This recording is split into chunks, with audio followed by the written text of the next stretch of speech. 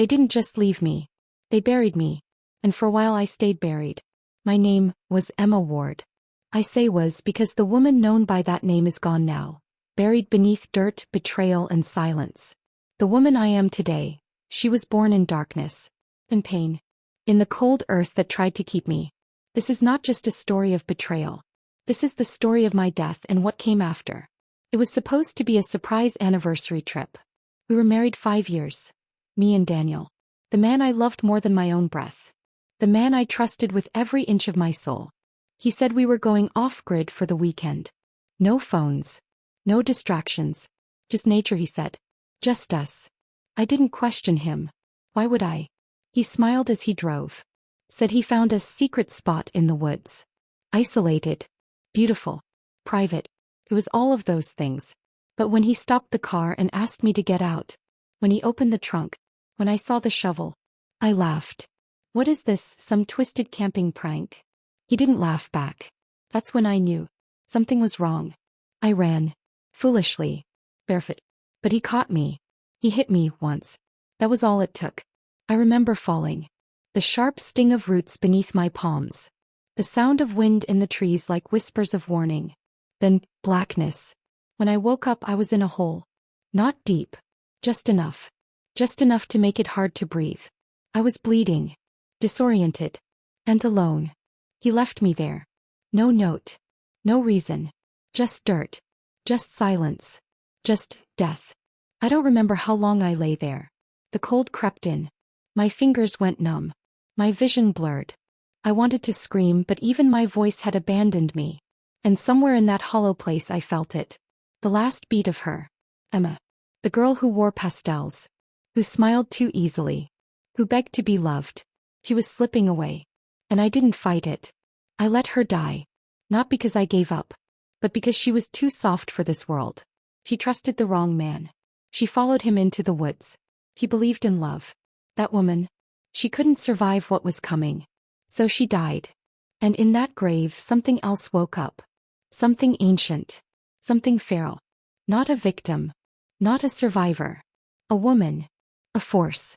When I clawed my way out, bloodied, barefoot, broken, I wasn't Emma anymore. I was a whisper with teeth. I was a ghost in flesh. I was reborn. I walked for hours. Days maybe. Through freezing air. Through rain. Through pain. Until I reached a road. A gas station. A woman with kind eyes and a flannel jacket. They took me to a hospital. The nurses whispered, "She's lucky to be alive." I wasn't lucky. Emma was dead. What stood in her place? She wasn't born of luck. She was born of vengeance. Of fire. Of silence that could split bone. When they asked me who did it, I gave them a fake name. I said I didn't remember. They saw a broken girl with no memory. They didn't see the storm beneath my skin. I didn't want the police to find him. Not yet. I needed time. To heal. To plan. To become. Daniel thought he buried me. He didn't know. You cannot bury a woman who was always meant to rise. They gave me a hospital bed and called me a miracle. They wrapped gauze around my ribs, stitched the gash on my scalp, and told me I was safe now. But safety is a lie. There are no walls strong enough to protect a woman once she's been buried alive by love. I didn't feel safe. I felt unfinished. I didn't belong in that hospital room. The white sheets. The soft voices. The smell of antiseptic. It all felt like a lie wrapped in kindness. A soft blanket over a crime scene. Because inside me something was still dying. And something else was still being born. They asked me my name. I looked at the nurse and paused. I wanted to say Emma. Out of habit. But when I opened my mouth, the word wouldn't come. I said, Noelle. Noelle. A name I chose in that moment. Not from memory. From instinct. It didn't carry the weight of who I'd been. It was mine. And mine alone. They accepted it. Wrote it down. Tagged it to my wrist like it belonged to me. But the truth is I was still nameless inside. Still forming. Still learning what it meant to exist after death. I wasn't ready to be anyone. Not yet. Recovery wasn't just about healing wounds. It was about silence. The silence of sitting alone in a room with only your thoughts. The silence of not explaining where you'd been or who you'd loved or why your soul looked like it had claw marks on it. People whispered outside my room. She's been through something horrible. She won't talk about it. Does she even remember? I remembered everything. Every leaf in that forest. Every shovelful of dirt. Every beat of my heart begging me to live when I no longer knew how. But I stayed silent. Because this time the silence wasn't weakness. It was armor. I was cocooning. Not hiding. Becoming. I walked again after 2 weeks. The doctors were amazed. They called me resilient. But they didn't see the hours I spent gripping the sink, shaking with rage because I couldn't control my own body. They didn't see how I stared at my face in the mirror, not to fix it but to memorize it. To say goodbye to the woman staring back. Because she wouldn't be here long. The new woman was coming. And she would not be soft. He would not wait.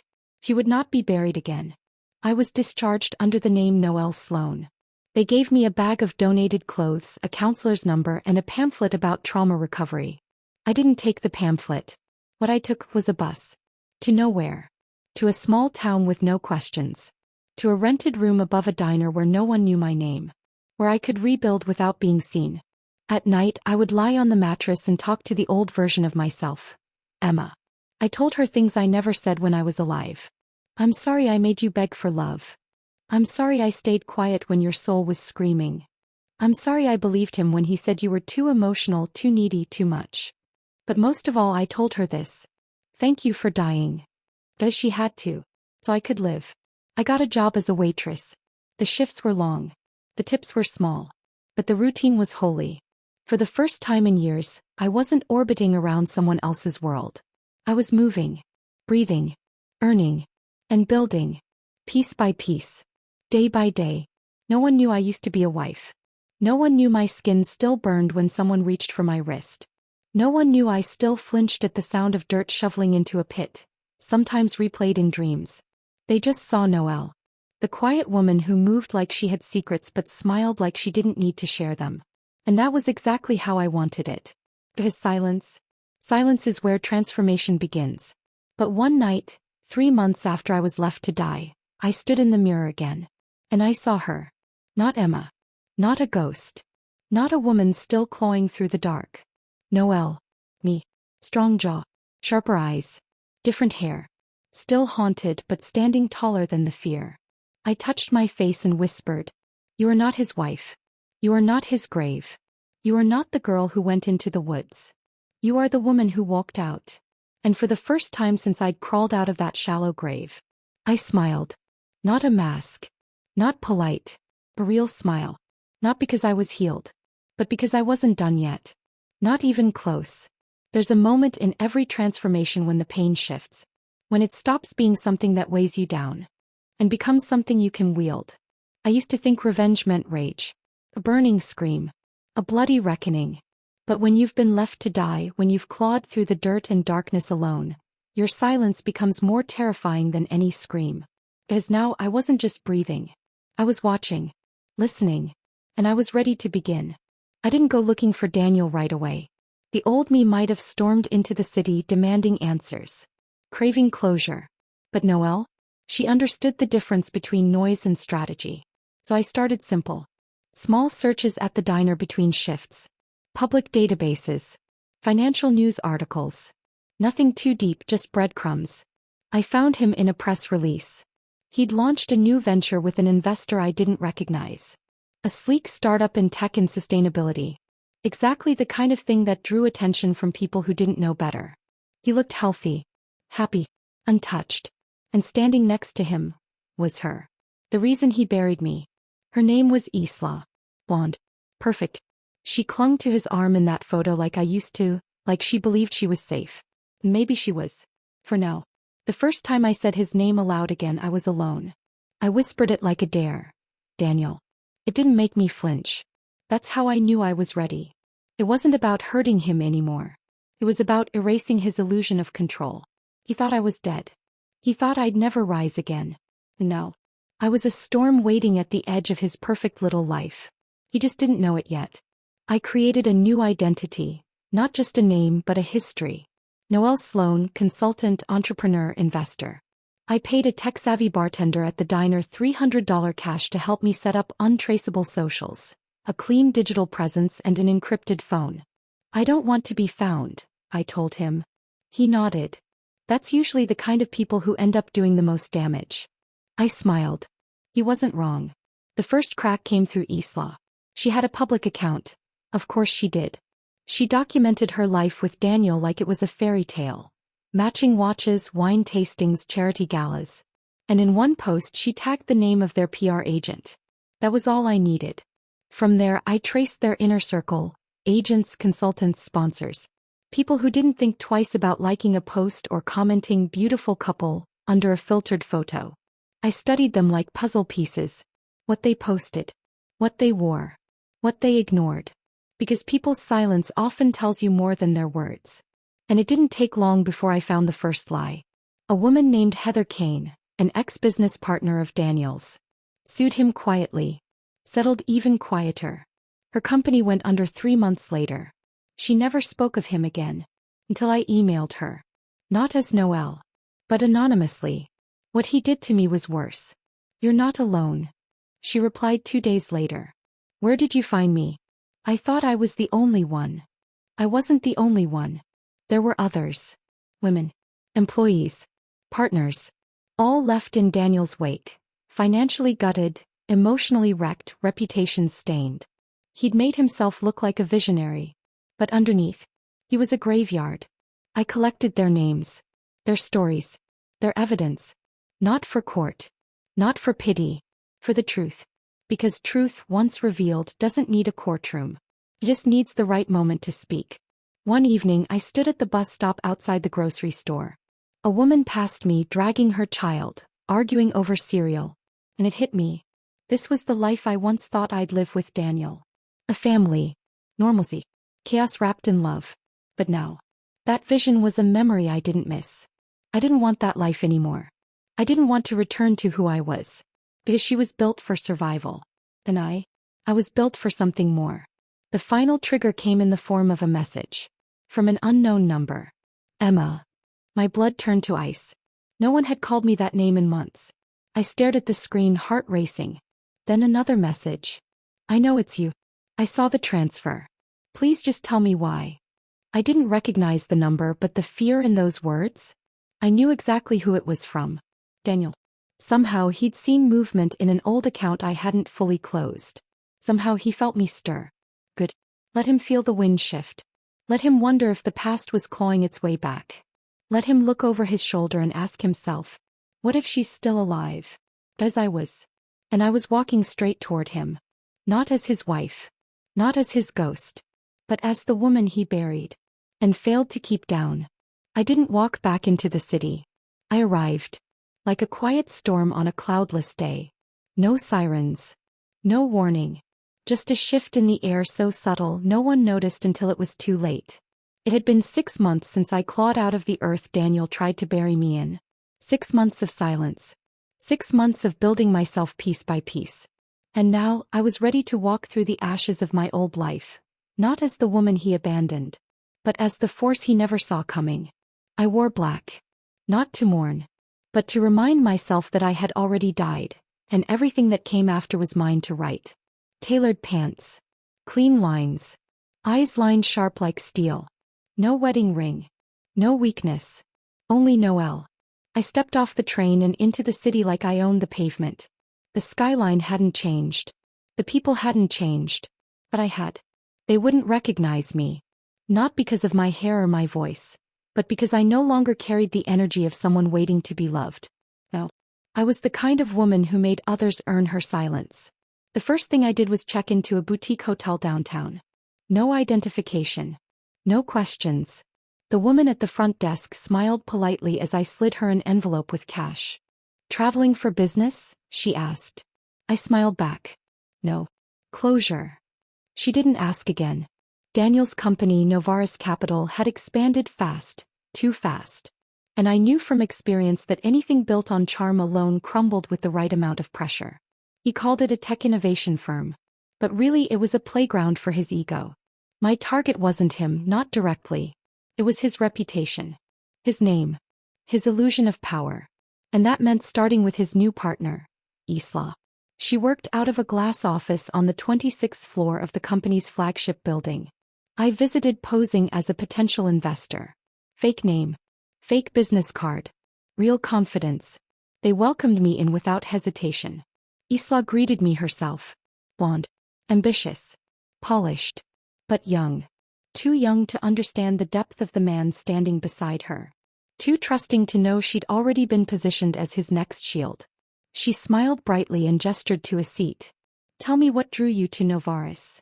I looked her straight in the eye and said, I'm drawn to men who mistake control for loyalty. She blinked.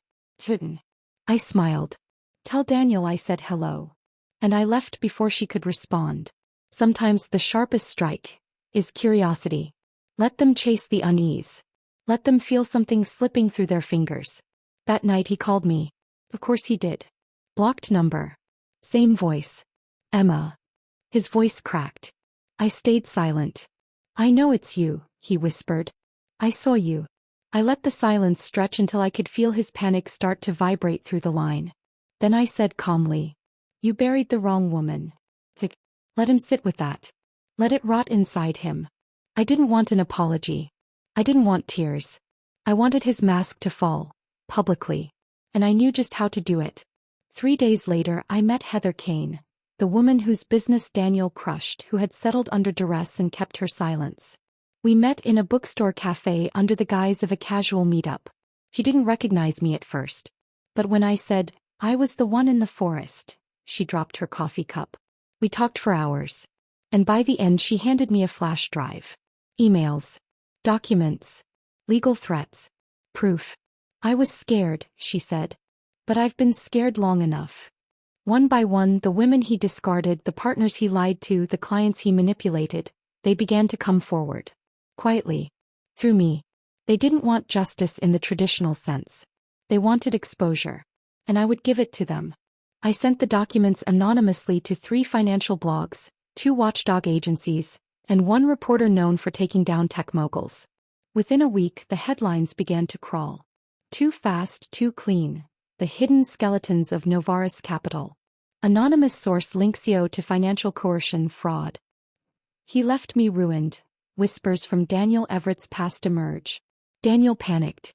You could see it in the interviews. His smile faltered. His tone grew clipped. His eyes scanned rooms like he didn't trust anyone anymore. Nisla. She'd stopped posting photos. Stopped smiling in public. She knew now. He saw it. And she couldn't unsee it. I watched all of this from my hotel room window.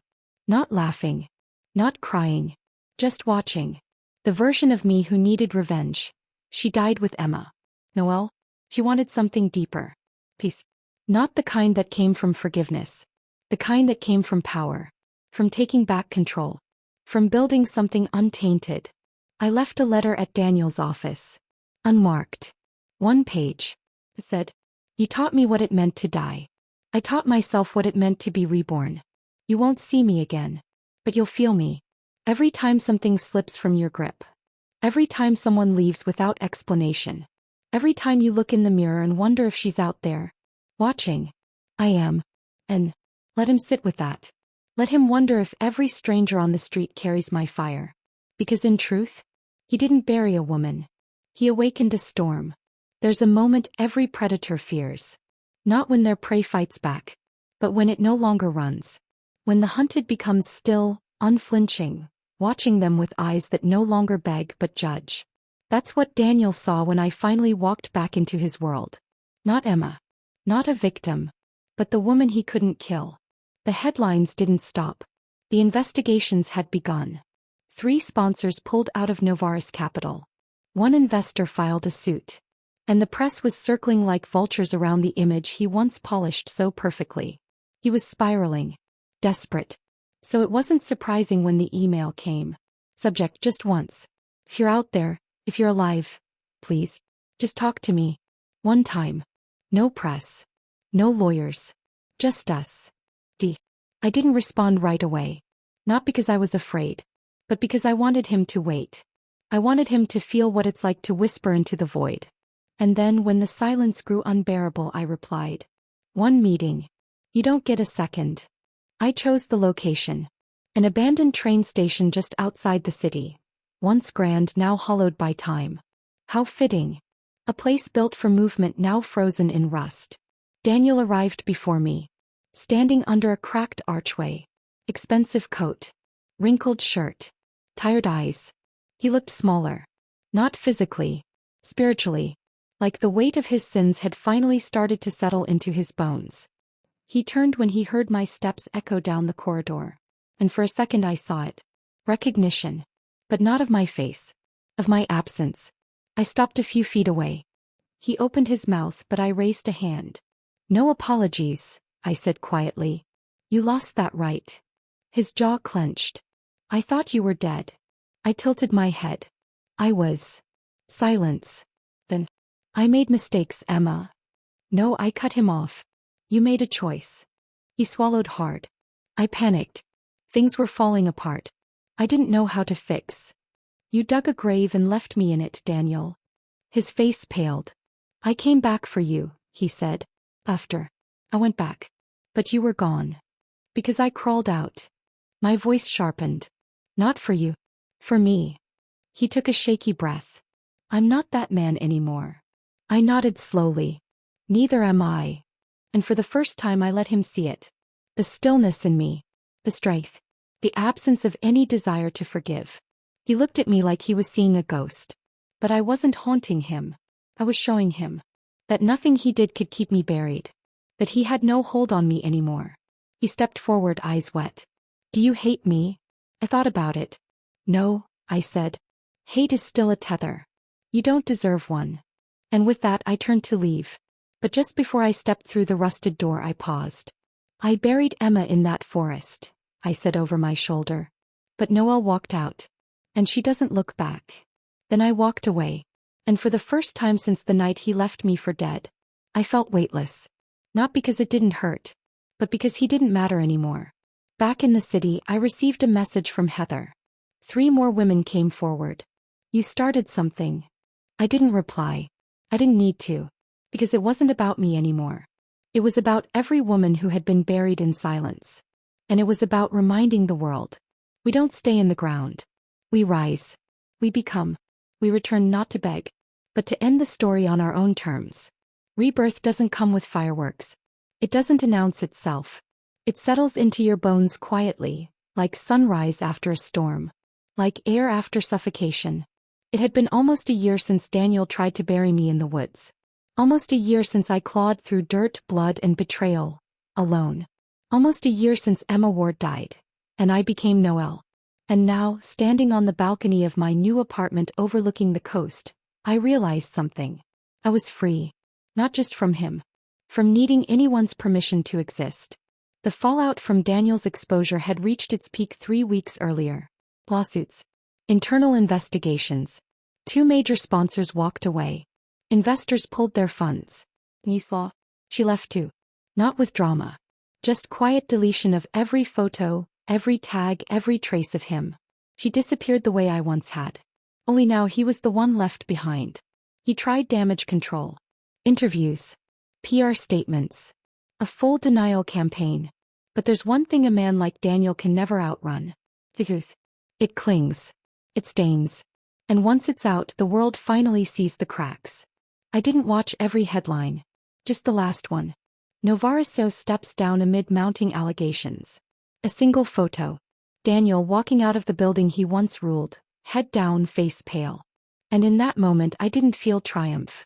I didn't feel vindicated. I felt nothing. Because this was never about him losing. It was about me winning myself back. And I had. The apartment was small, clean, and mine. On the wall was a painting I'd made, dark blues and streaks of gold. I called it Resurface. A visual reminder of what I'd done. How I'd risen. I worked as a consultant now, helping other women navigate exits from controlling relationships, coaching them through legal options, digital safety, and rebuilding their lives. No press. No glory. Just one woman at a time. Each one another crack in the wall of silence so many of us are taught to live behind. I didn't do it to be noble. I did it because someone should have done it for me.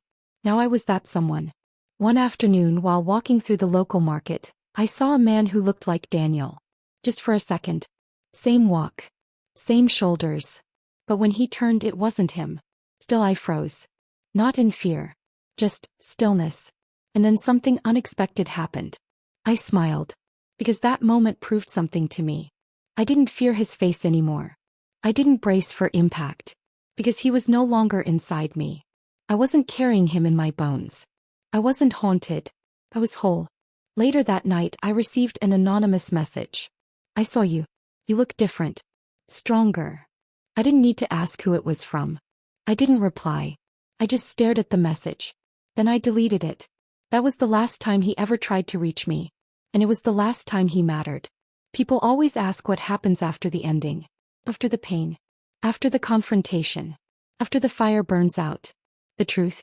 You begin again. You buy groceries. You make new friends. You laugh at things you never thought you'd laugh at again.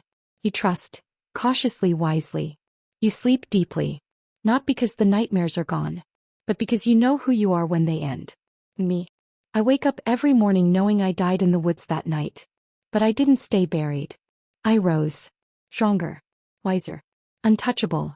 Not because I won. But because I became someone who didn't need to fight anymore. Because I am the woman he could never destroy. Because I am the woman I built with my own hands. Because I am Noelle. End of the story.